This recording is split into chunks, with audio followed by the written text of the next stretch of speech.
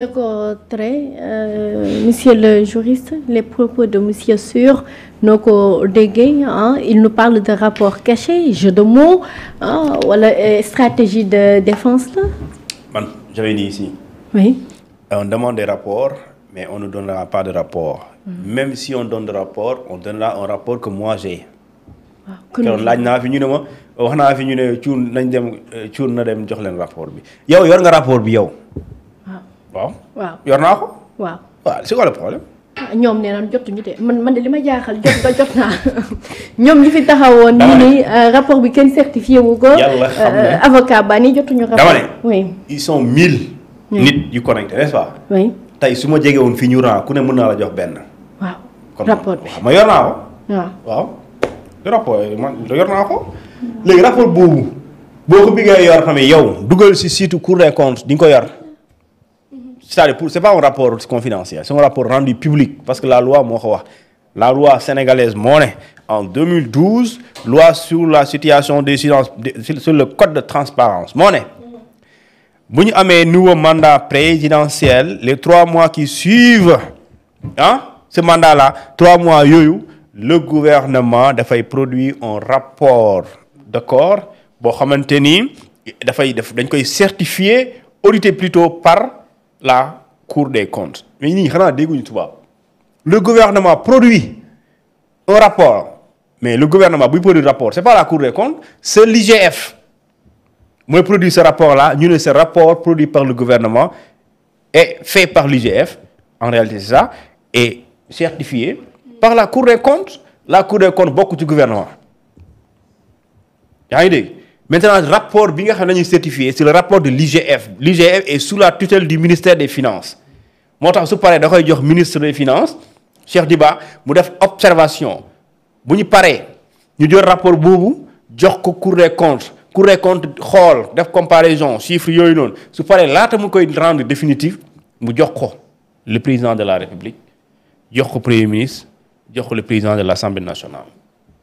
ñu xool ndax baax na bu dee am na recommandation bu dee am na observation ñu def ko su dee amul ñu ne non ñun amul lan luñ ci commentaire et la Cour des comptes rend le rapport public sénégalais yi yor ko léegi nag sooy laaj rapport boobu lañ la war a jox léegi dañ lay jox beneen rapport parce que su gouvernement yi su mënee joxe beneen rapport non vraiment loolu mënu nekk quand même mënu nekk le gouvernement ne peut pas donner un autre rapport autre que le rapport disponible dans le site de la Cour des comptes mënu joxe léegi nag su boobaa le gouvernement moom bon en tout cas jaay na leen neex mooy ñoom yéen a ngi wax ñun tontu la duñ la jox benn rapport mais duñ la tontu parce que jusque là j'ai pas entendu le gouvernement répondre à ce qu'on appelle à ces interpellations on leur a dit jox la ñu rapport jox ñu leen ñu def ko ñu ne am ngeen ultimatum 7 jours tontu ñu leen avocat bi ñëw Sénégal def conférence de presse tontu ñu leen je parle du gouvernement je parle pas du pouvoir voilà et tontu ñu leen et jusque là aucun ministre waxul publiquement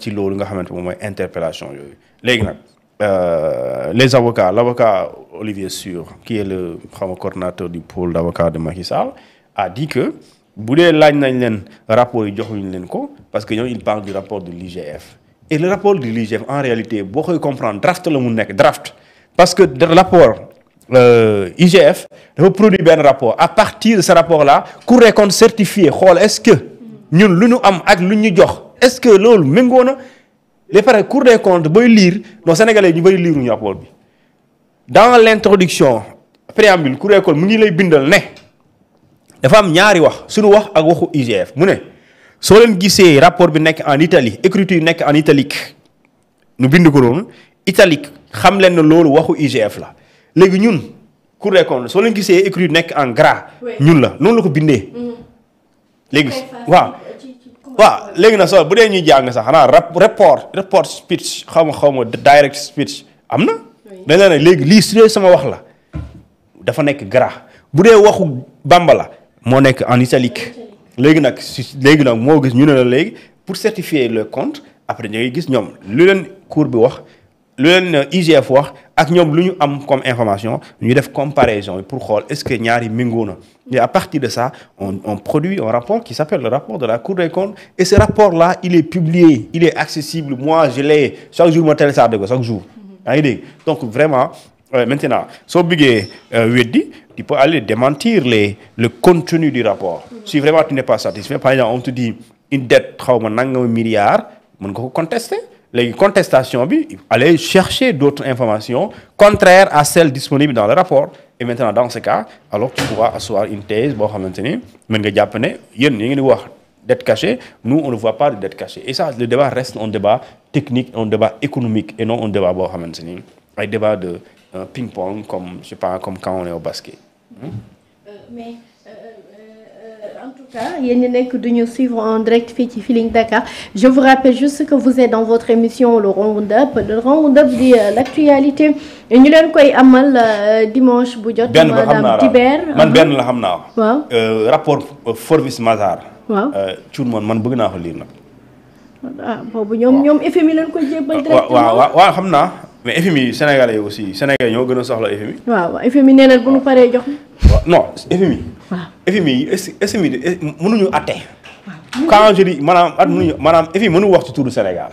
waaw li ma bëgg a wax mooy Sénégalais bi bëgg a maandu te maandu képp kuy atte mënu atte ci benn mbir mi nga yore sa gauche da ngay yore ñaari nit ñuy weerante da ngay yore lii yore lee léegi soo yoree loolu nga comparé ko léegi yow nga am sa religion boo ciy def. moo tax moi j'aurais aimé quand même lire le rapport de Forbes Mazars bi nga xamante ne dafa confirmer la Cour des comptes le rapport de la Cour des comptes je l'ai mais j'ai pas le rapport de Forbes Mazars par exemple.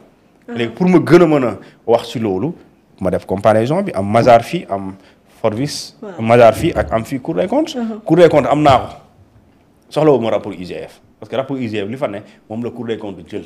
kon yor naa ko. et que IGF dafa confirmer. voilà et moi j'ai pas le rapport de Forbes Mazars par exemple. et ce rapport de Forbes Mazars FMI moo ko wax FMI moo ne nous avons reçu le rapport de Forbes Mazars de l'État du Sénégal de la part de l'État du Sénégal. et à partir de ce rapport ñu ci lañu gis ne effectivement il y a eu un problème au niveau des chiffres voilà. mi ngi noonu di nuyu particulièrement soxna Fatou Fall Ballako ndeysaan gis nga dafa am ñoo xamante ni ñoom Feeling Dakar rek la ñuy topp nee na ma ndeysaan dafa ñëw ba ca message normal ba message ma de ca sama numéro xamal ma rek ni ma ñi nekk di def yenn commentaires yi est-ce que duñu leen bloqué ma ni ko xaaral léegi ma wax ko technicien bi xam nga lan la cay yokk nee na c'est mieux on est ensemble ça nous dérange wallaay yàlla na yàlla jox leen xolu muñ métier bi la rek. soxna dañuy saaga rek xam nga ñun min nañ lu ne.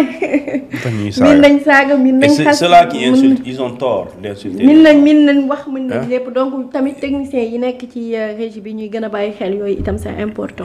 ñun ça ne nous touche pas. il faut nit ñi xam aussi soxna Ndak il faut nit ñi ñu xam. vraiment ni nga toogee gore dëggu. waaw nga toog di commentaire. noonu la nit ñi goree jóge seen kër yi. te kenn mënu leen manipuler. oui. est-ce que comprendre fu ñuy amee xaalis manipulation la neex nga xam ko nga dem fa. nit ñi nekkuñ ci yooyu quand même yaa ngi dégg donc nit ku ne da ngay am xel bu sell d'accord am xel bu rafet nga nangu nit ki am droit wax lu bokkul ak sa xalaat nga mën ko supporter su dee daf lay déranger qu'est-ce qui est lan moo gën a élégant nga jóge fa.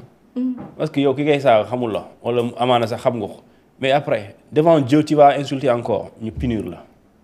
il faut nit ñi xam loolu nit ñi fooyee ni comme naan dañuy jàpp na lii fii la yemu fi saaga yi ngay saaga diw te neexu ko ci kanamu yàlla di nga saaga te dina la àtte ak moom dañ bàyyi caaxaan yorul doxul ci réew caaxaan également doxul ci àdduna bi on n'est pas né pour insulter les gens on est